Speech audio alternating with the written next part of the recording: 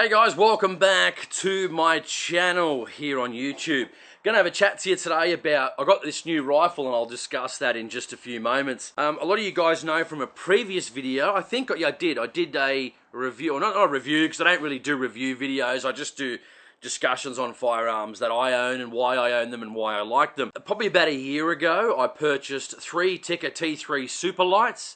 So this was the former version before the T3X, which is basically the same thing. You get the anodized or metal bolt shroud on the back of the bolt, and I think that's about it. Oh, obviously, and the pistol grip or the new changeable palm swirls on the new T3X.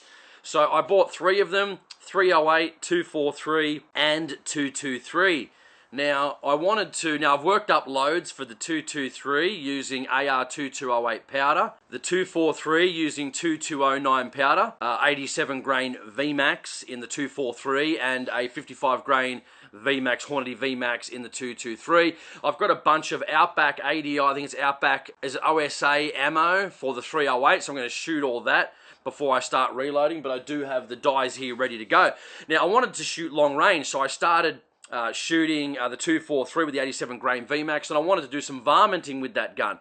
I decided to put this scope on the T3 Super Light. Now this is a Optisan, it's an EVX, it's a German-made scope brand. Optisan EVX 4-16x44, first focal plane scope, matte black, the EVX. If I just take this off, that's it there. The EVX Optisan. It's a great scope, it really is a good scope, and I put it on the Tikka T3 Superlight in 243.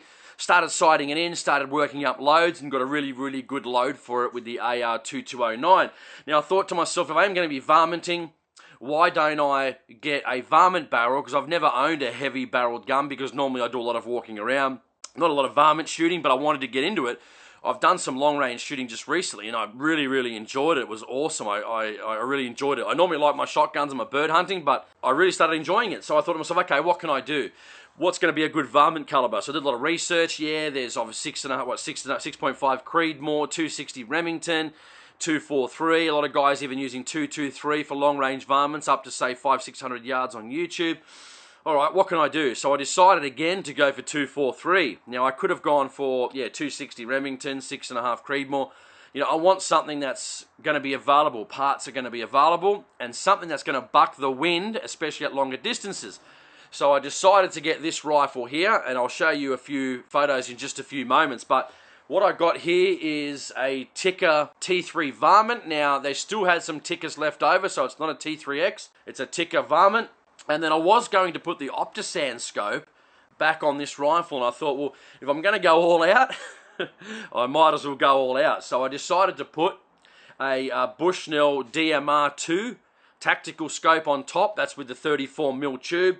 It comes with the Burris bases and the Leopold PWR or PRW rings, which is awesome. So then I decided, okay, what else can I do to make this a bit of a tack driving machine? So here as well, you can see on there, I got a GRS Berserk stock, which was about $620 or $600, somewhere around there. Then I also put on it, because this is the T3X, it doesn't come with the metal or anodized bolt shroud. I put an anodized bolt shroud on it, and I also got the oversized bolt handle as well, which is awesome. So it's really going to be a rig. I haven't started. I just spent some time yesterday redoing some priming, working up some loads with the 2209 for this Tikka T3 Varmint. And I want to try and get some good loads for it and try and shoot long range and see how it goes and do some filming. As you guys know, every year, if you follow this channel, I go down to the Ducks every year. And I just bought off eBay too from one of the guys, STS Targets down in South Australia, a 9.5, I think it's roughly a 9.5 inch, 233mm gong, or 290mm gong, and we're going to shoot long range with that when we actually go onto this property down south when we shoot the ducks. So shoot ducks in the morning and afternoon, and during the middle of the day have a rest, and obviously take out these and just start shooting some varmints at long range and see how we go. So the scope is fantastic. I really like this scope. It's awesome. 34mm tube. This is not something you're going to carry around. It's not something you're going to carry around by any stretch of the imagination, because it's just way too heavy.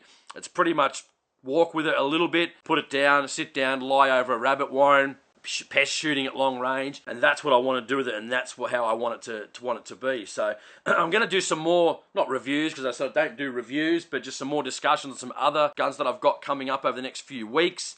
Especially the Optisan scope, which is probably going to go on another rifle. I might even put that Optisan scope on the 243, because that's a 30mm tube, and I've got it ready to go, because I want to shoot, even though I've got this for long range, I might even use the Tikka T3 Superlight for some long range stuff as well, and just take both of them with me, because I've really got that 223 singing with AR 2208 powder. I think it's 27 grains of powder, 2208, with Federal match primers, and 55 grain VMAX. This one I'm going to be running the 87 grain VMAX. If you guys have got any discussions about what bullets work for you, I'm also looking at the Berger bullets as well. I do like Nosler, but Nosler are just expensive, and I think Berger might be not far off, if I'm correct. Don't quote me on that. So the GRS Berserk stock, anodized bolt shroud, oversized bolt handle, Bushnell DMR2 Elite Tactical Rifle Scope. That's a 3.5 to 21 by 50.